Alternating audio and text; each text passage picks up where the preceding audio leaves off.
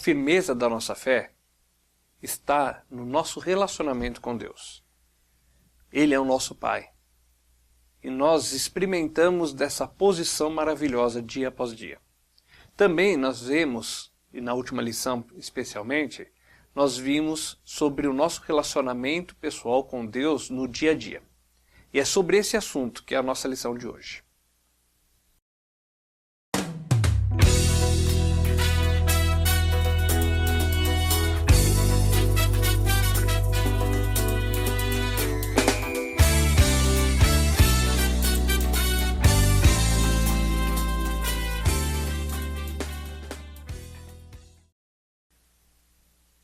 Nós vimos que a salvação é garantida pela misericórdia de Deus. Ló foi salvo porque Deus foi misericordioso. Nós vimos que a fidelidade de Deus é que deu um filho a Abraão. Mesmo que ele errou, Deus se manteve fiel. E agora nós vamos ver mais uma história envolvendo a vida de Abraão, que mostra que a segurança da nossa vida eterna, a segurança da nossa salvação não depende em nós, mas depende única e exclusivamente em Deus.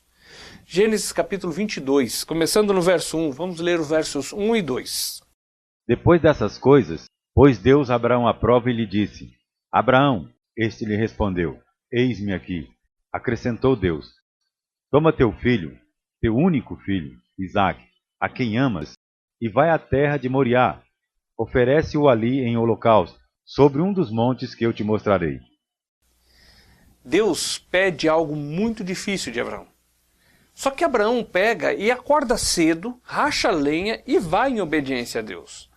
E a gente se pergunta, mas o que motivou Abraão a ir tão rápido e obedecer de uma forma pronta? Com certeza isso era difícil para ele. Mas ele conhecia um Deus que não falha. Ele conhecia um Deus todo-poderoso e ele sabia que ele podia confiar nesse Deus. E sabia que esse Deus era fiel e ele podia descansar nele. Por isso ele pegou, levantou cedo e foi na direção do que Deus havia pedido dele. Vamos continuar lendo agora, versículo 5. Então disse a seus servos: Esperai aqui com o jumento, eu e o rapaz iremos até lá, e havendo adorado, voltaremos para junto de vós. Ele não disse, eu voltarei. E é interessante isso porque ele sabia que Isaque seria sacrificado lá no altar, lá no alto do monte. Ele sabia que Isaque morreria ali. Mas ele disse para aqueles moços, nós voltaremos. Ele subiu aquela montanha na certeza de que Deus não falharia. Deus prometeu que através de Isaque viria uma grande nação. E Deus iria cumprir o que ele prometeu. Tem um texto em Hebreus capítulo 11 que fala sobre a certeza que Abraão tinha. Hebreus capítulo 11, versos 17 a 19. Pela fé, Abraão, quando posto à prova, ofereceu Isaque. Estava mesmo para sacrificar o seu unigênito, aquele que acolheu alegremente as promessas, a quem se tinha dito, em Isaque será chamada a tua descendência. Porque considerou que Deus era poderoso, até para ressuscitá-lo dentre os mortos, de onde também, figuradamente, o recobrou. O autor de Hebreus diz para nós que Abraão tinha uma fé de que Deus poderia ressuscitar Isaque dos mortos. Ele sabia que Deus não falharia. Ele subiu aquela montanha na certeza de que Deus resolveria essa situação e de que ele voltaria com Isaque. Ele colocou a sua fé na pessoa de Deus e ele sabia que esse Deus não falharia. Voltando para o texto de Gênesis 22, agora versos 6 até o verso 7. Tomou Abraão a lenha do holocausto e a colocou sobre Isaque, seu filho. Ele, porém, levava nas mãos o fogo e o cutelo. Assim caminhavam ambos juntos. Quando Isaque disse a Abraão, seu pai, meu pai, respondeu Abraão, eis-me aqui, meu filho. Perguntou-lhe Isaque, eis o fogo e a lenha.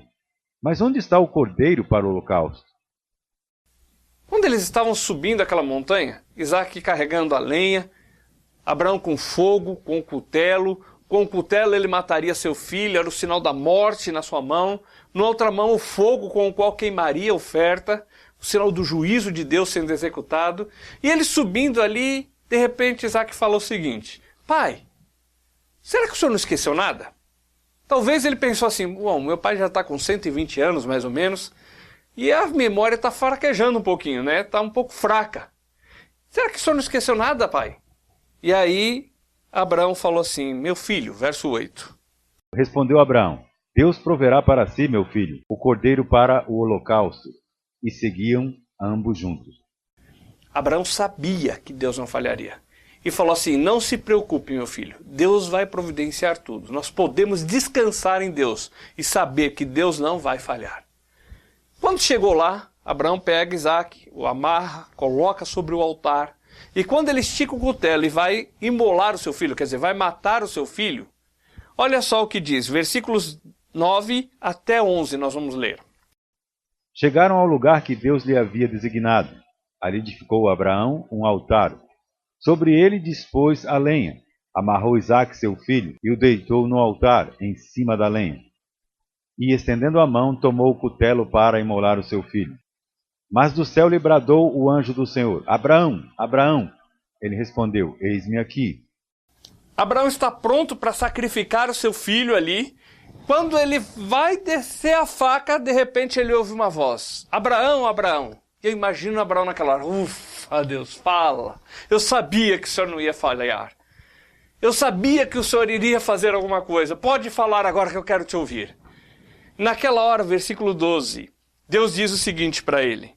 Não estendas a mão sobre o teu moço, nem lhe faças nada, porquanto agora sei que temes a Deus, e não me negastes o teu filho, o teu único filho. No verso 13 fala que aí ele olha para o lado, e aí olha o que ele vê. Ele vê um cordeiro preso pelos chifres, versículo 13.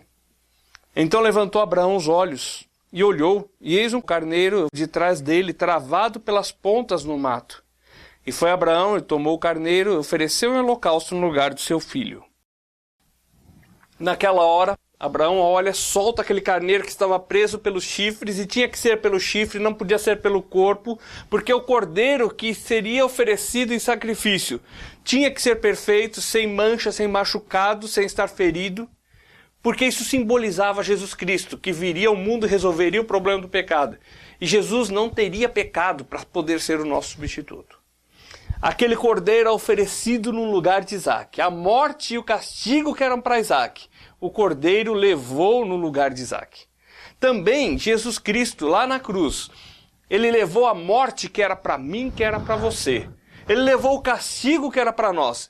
Ele é o substituto pelos nossos pecados.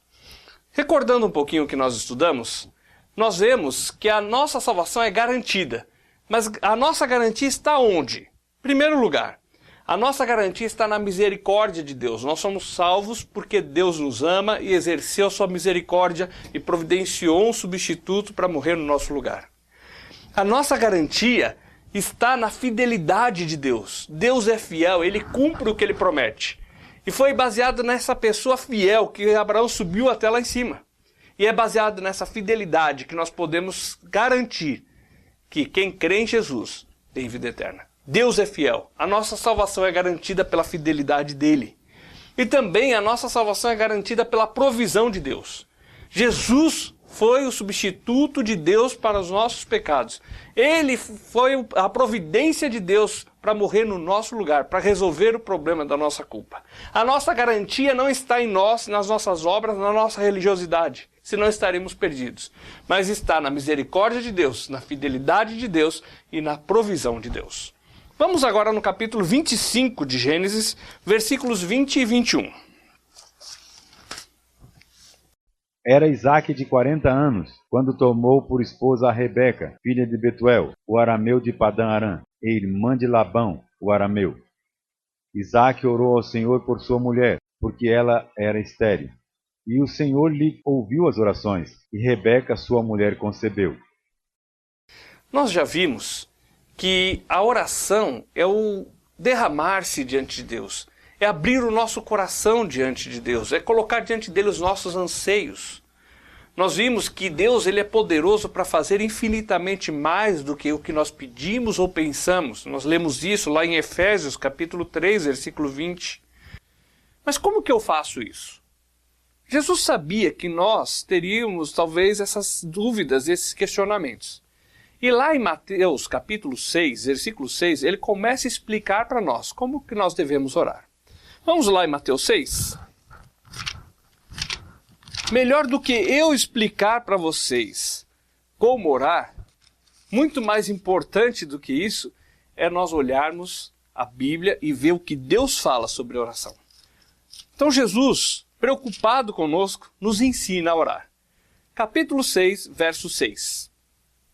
Tu, porém, quando orares, entra no teu quarto e, fechada a porta, orarás a teu pai que está em secreto, e teu pai, que vê em secreto, te recompensará. A oração não é um momento de exibição. Não é para você fazer com que as pessoas saibam que você está orando, para que elas pensem que você é um espiritual. Mas é um momento de intimidade, de comunhão com o Senhor, com o seu Pai, de você chegar e conversar com o seu Pai. A oração pública existe, e inclusive ela é ensinada nas Escrituras. Mas aqui Jesus está querendo nos ensinar a conversar, a ter intimidade com o nosso Pai. E aí ele fala o seguinte, olha, vai lá, conversa com o teu pai e ele vai te recompensar. Mas que recompensa é essa? É a recompensa da intimidade com o Senhor. É a bênção da comunhão, de estar junto com Ele. E Ele vai estar abençoando as nossas vidas quando nós o buscamos. Versículo 7. E orando, não useis de vãs repetições, como os gentios, porque presumem que pelo seu muito falar serão ouvidos.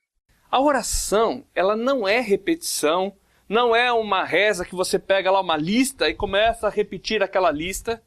Oração é comunhão. Oração é você conversar com o seu Pai. É você abrir o coração diante dele. Mesmo essa oração que Jesus ensinou para nós, que nós estamos estudando aqui, não é para ela ser repetida. É para nós entendermos como devemos chegar diante do nosso Pai. É um exemplo de Jesus de como nos relacionarmos e termos comunhão com o nosso Pai. Versículo 8. Não vos assemelheis, pois, a eles, porque Deus, o vosso Pai, sabe o de que tendes necessidade, antes que lhe peçais. A oração não é uma lista de compras que você chega diante de Deus e fala assim, ó Deus, está aqui ó, a minha lista, eu quero isso. A oração é para você ter comunhão com Deus. Deus sabe o que você precisa. Inclusive, Ele sabe muito melhor do que você. Porque às vezes você acha que precisa de uma coisa que Deus sabe que aquilo vai ser ruim para você. Ou talvez você nem saiba o que você vai precisar amanhã ou daqui uma hora, mas Deus sabe. Então por que Ele pede que a gente peça para Ele? Porque a gente chegue para Ele e conte os nossos problemas e as nossas petições. É pelo anseio da comunhão.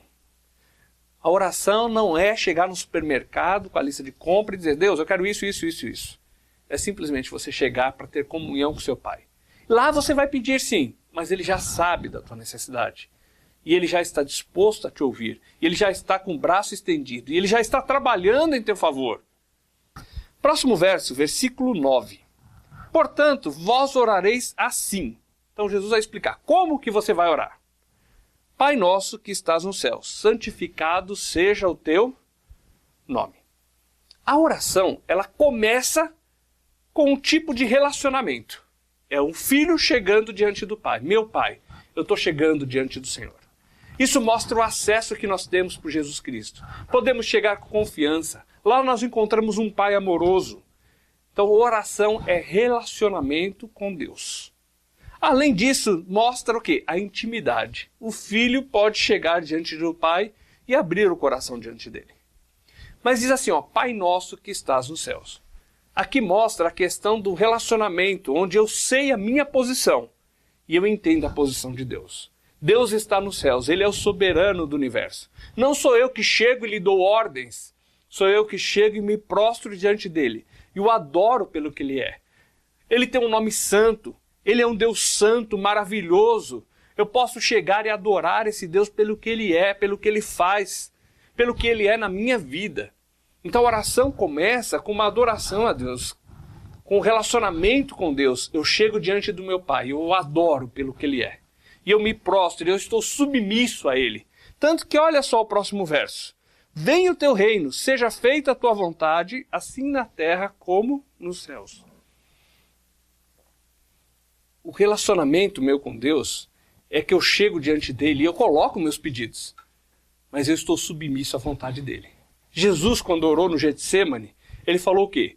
Seja feito o que tu queres e não o que eu quero.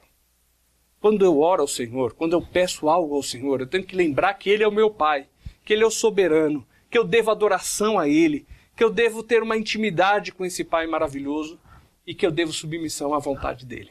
A vontade dEle é o melhor para a minha vida e eu tenho que entender isso, e eu tenho que aceitar isso, e eu tenho que reconhecer isso. Eu não posso chegar e começar a exigir de Deus e mandar em Deus como muitas pessoas têm feito.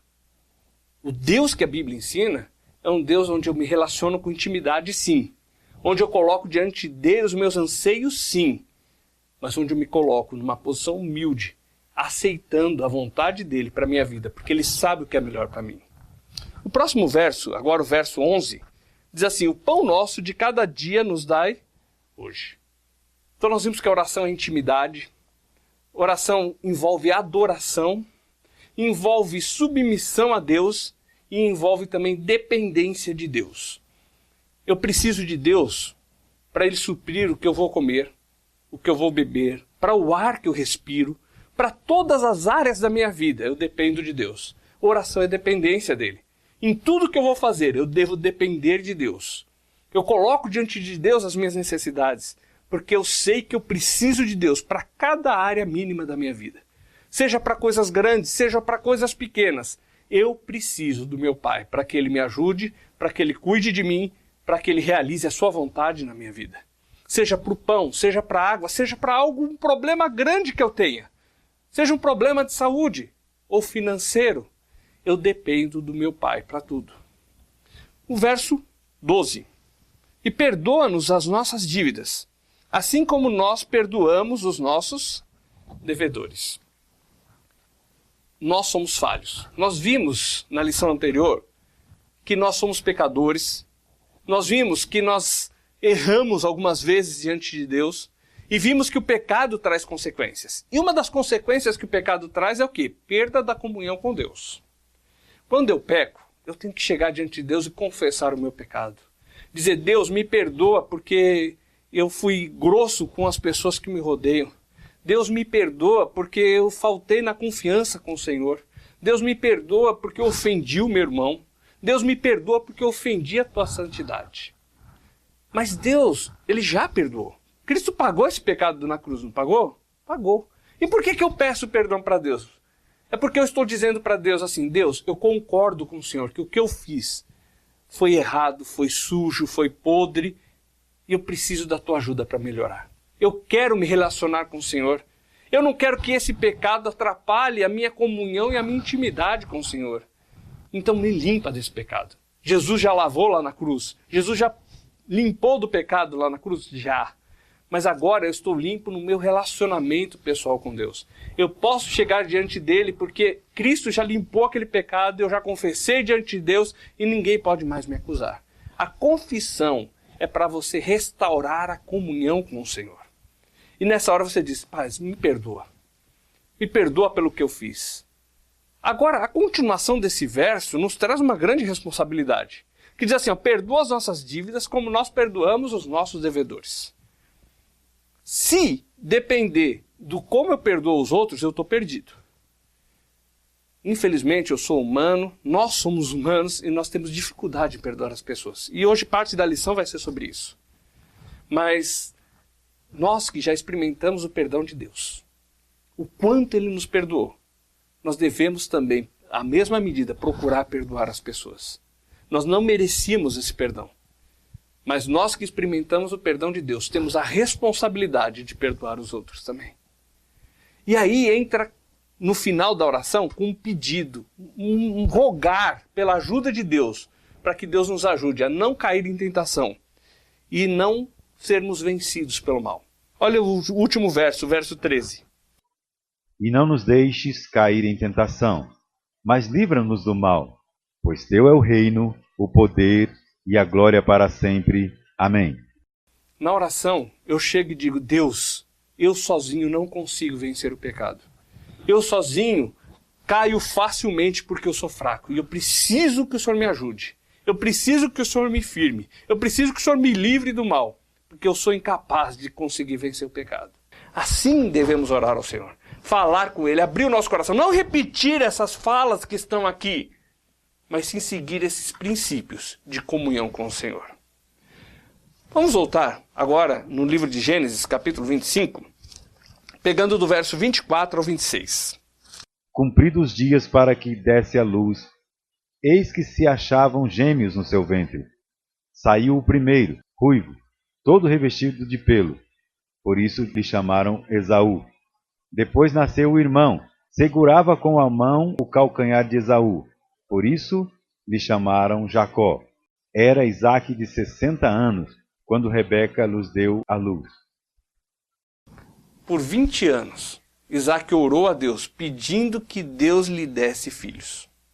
Por 20 anos, ele implorou pela misericórdia de Deus que Deus o atendesse. Hoje, nós temos que entender o seguinte: pessoas estão dizendo por aí que se você tem fé, você ora e acontece na hora. Mas Isaque orou com fé, orou insistentemente e ele esperou 20 anos para ser atendido. Deus, ele vai nos ajudar. Ele sempre nos atende, mas na hora certa, na hora dele, na hora que ele sabe que é melhor. Nós não somos patrões que determinamos a Deus o que ele deve fazer ou quando ele deve fazer. Nós simplesmente nos submetemos àquilo que ele tem para fazer por nós.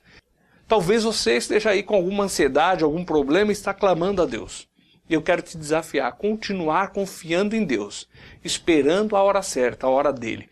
Continuando lendo esse texto, nós vemos que esses dois filhos de Isaque, Jacó e Esaú, eles tiveram as suas desavenças, os seus problemas, as suas brigas.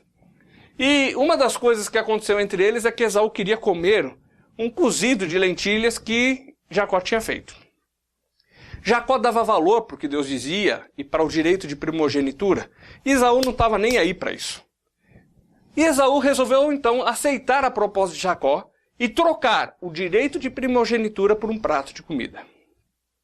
Olha o verso 34 que diz: E Jacó deu pão a Esaú e o guisado de lentilhas. E este comeu e bebeu, e levantou-se e foi-se. Assim desprezou Esaú a sua primogenitura. Esaú, ele estava preocupado com o momento. Ele queria comer aquela comida ali. E o que importava para ele era a sua satisfação daquele momento. Por isso ele desprezou o direito de primogenitura.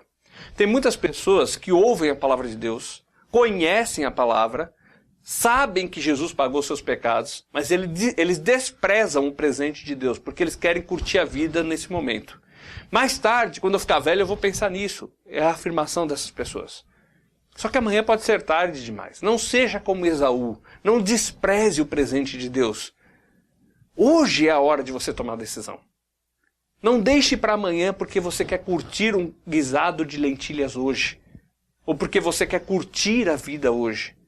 A hora de você crer é agora. Não despreze o que Deus tem para você. Não despreze o presente de Deus. Vamos em Gênesis capítulo 28, versos 11 e 12.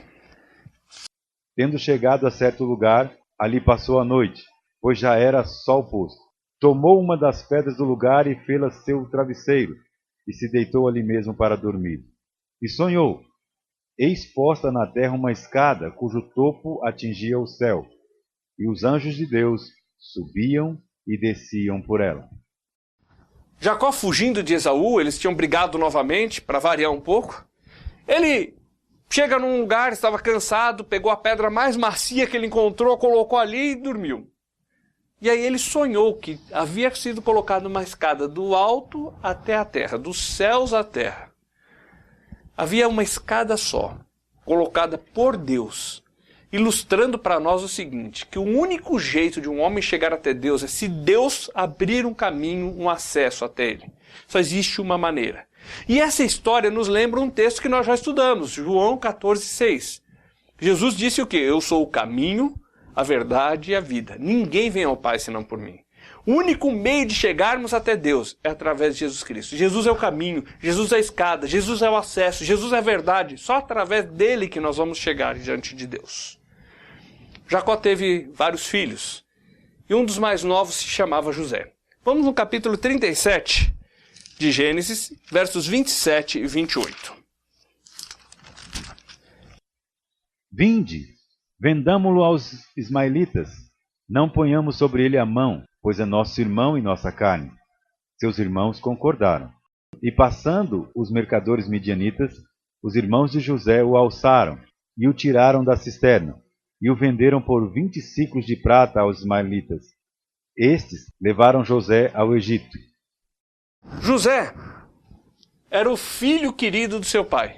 E de repente agora ele foi vendido como escravo. Foi levado para um outro país com outros costumes e ele agora estava na casa de uma pessoa estranha trabalhando como escravo. Quando você pensa no problema pelo qual ele estava passando, você pode pensar assim, será que Deus não se esqueceu de José?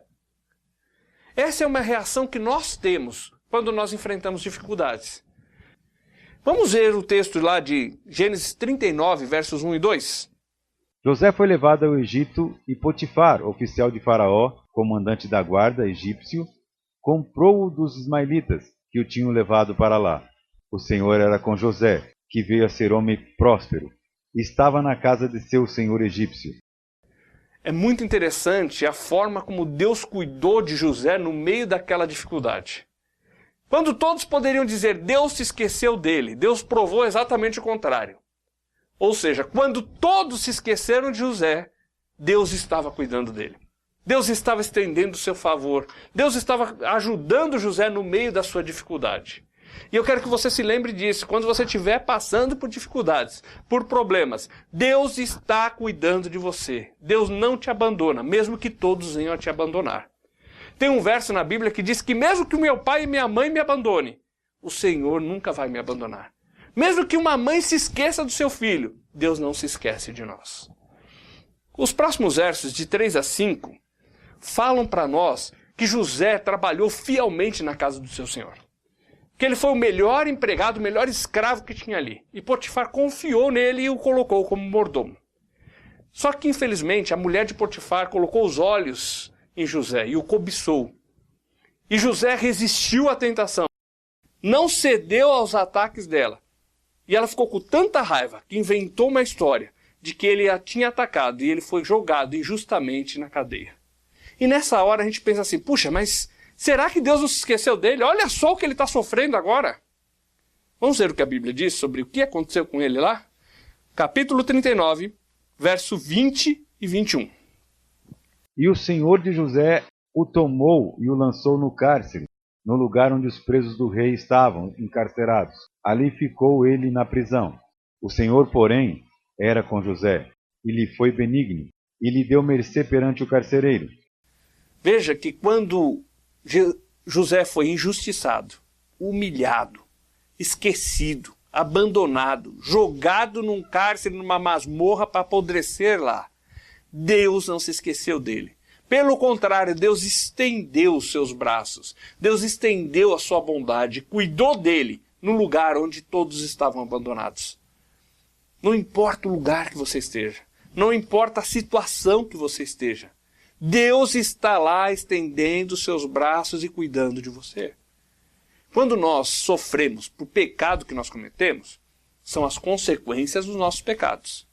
Mas quando nós sofremos por injustiça, ou porque alguém não vai com a nossa cara, ou porque alguém não gosta da nossa fé, tenha certeza de que Deus está lá nos acolhendo.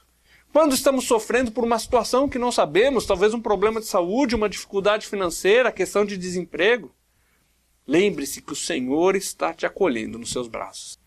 Passaram-se alguns anos, José esteve ali sob os cuidados de Deus, acolhido pelo Senhor.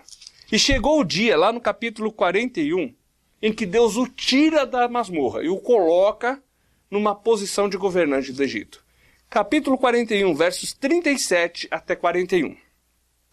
O conselho foi agradável a Faraó e a todos os seus oficiais. Disse Faraó aos seus oficiais: acharíamos, porventura, homem como este, em quem há o Espírito de Deus?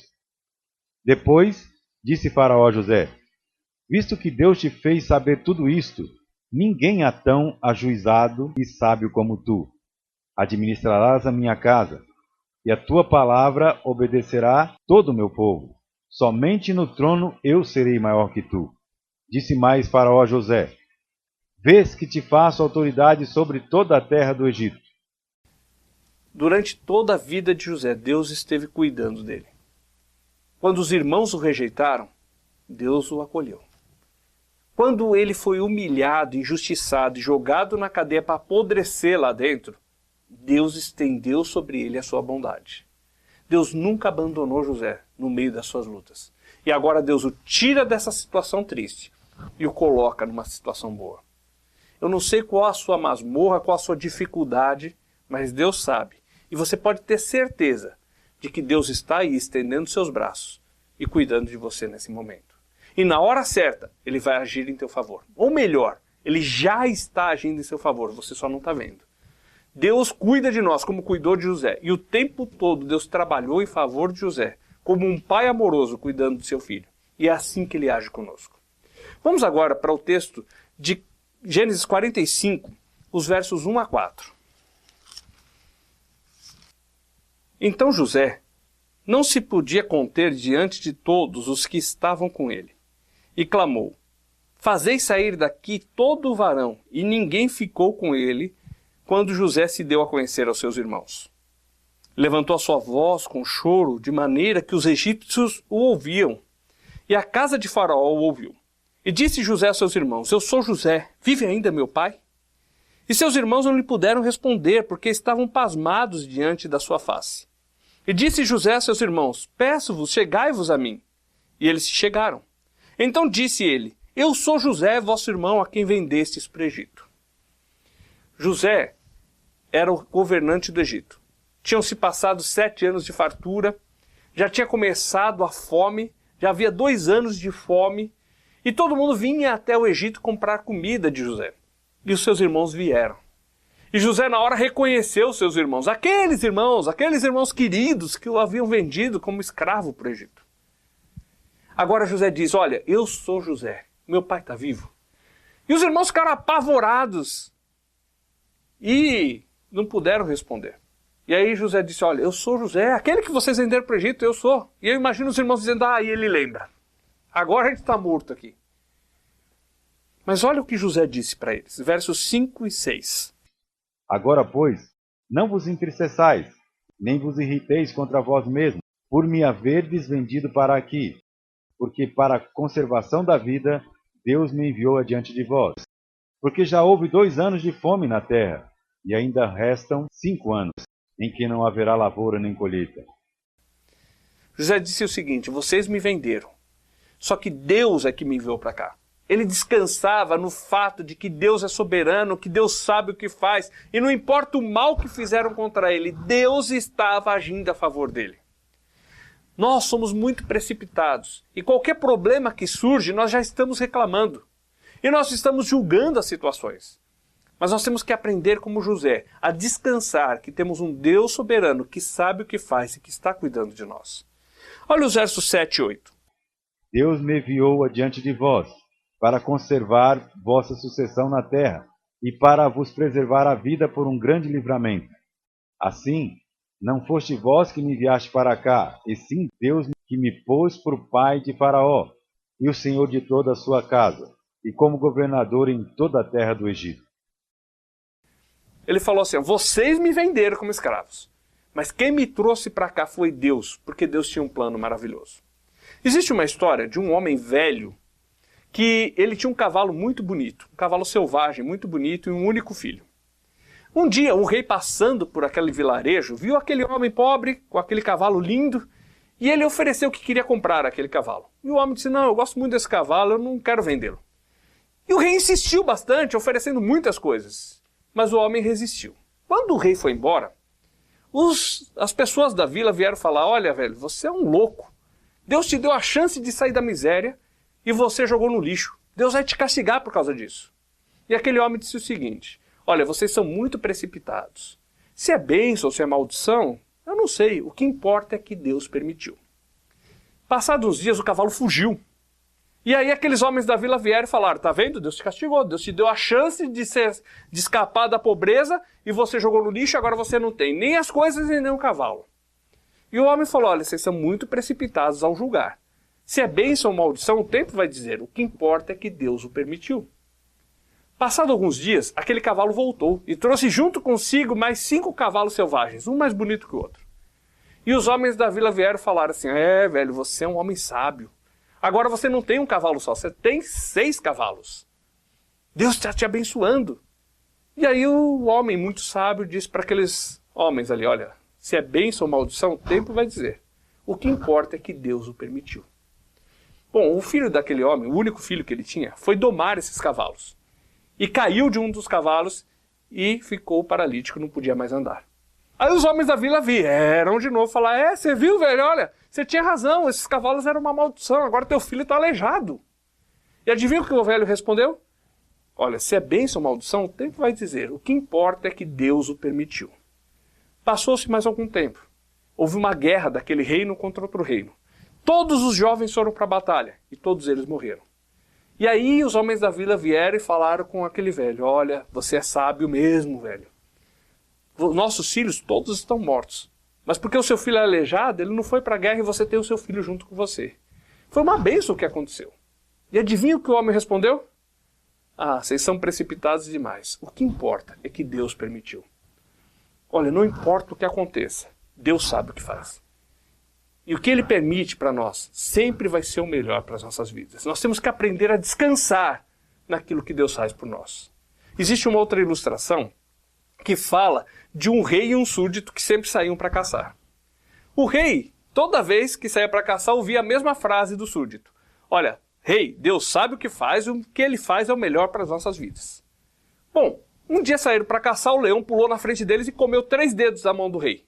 O rei ficou muito bravo, ficou nervoso e o súdito falou, calma, rei, Deus sabe o que faz, o que Ele faz é o melhor para as nossas vidas. Aí o rei ficou com raiva dessa frase e falou assim, você fala isso porque não foi a sua mão que o leão comeu. E ele repetiu novamente a frase, Deus sabe o que faz, e o que Ele faz é o melhor para a gente.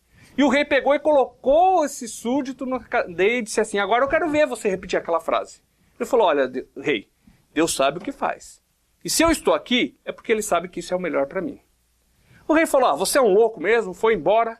E passado um ano, o rei foi caçar com outro súdito, porque aquele estava na cadeia. E no que eles saíram para caçar, foram apanhados por uma tribo de canibais. E os canibais almoçaram o súdito na frente do rei. E o rei estava pensando, bom, a janta sou eu. Só que chegou uma hora que aqueles canibais o rodearam e mandaram ele embora. E ele ficou surpreso por aquilo. E ele pensou, mas por que eu não vou ser jantado por vocês? E aí eles disseram o seguinte, olha, nós não comemos gente com defeito. E você tem 3 dedos da mão que está faltando. E aí quando ele ouviu a frase e ele saiu dali, ele lembrou o que o súdito falava. Deus sabe o que faz e o que Ele faz é melhor para a gente. E aí ele sabia que ele estava vivo porque o leão tinha comido 3 dedos da mão dele. Ele voltou ao cárcere, falou com aquele súdito, falou, olha, eu fui ignorante, agora eu entendo que Deus sabe o que faz, o que Ele fez foi o melhor para mim, e eu, na minha ignorância, deixei você 1 ano nessa cadeia. E aí o súdito falou, rei, é verdade, Deus sabe o que faz. Ele falou, mas você ficou na cadeia pela minha ignorância. E o súdito falou assim, só que se eu não estivesse na cadeia, quem tinha sido almoçado pelos canibais hoje era eu. Então o melhor lugar para eu estar hoje era aqui nessa cadeia. Nós temos que aprender a descansar na soberania de Deus, porque Deus sabe o que faz, o que Ele faz é o melhor para as nossas vidas. Romanos 8, 28 diz que todas as coisas cooperam para o bem daqueles que amam a Deus. Gênesis 50, verso 17, parte A. José estava numa posição de autoridade e ele tinha uma decisão a tomar agora. Ou ele castigava os seus irmãos, ou ele os perdoava. Vamos ler o verso 17, a parte A. Assim direis a José, perdoa, rogo-te, a transgressão dos teus irmãos e o seu pecado, porque te fizeram mal. Ele tinha o poder de castigar os seus irmãos. E qual decisão ele vai tomar? Ele vai se vingar ou ele vai perdoar os irmãos? No próximo estudo nós veremos na palavra de Deus a decisão dele. E qual a lição nós podemos tirar para as nossas vidas?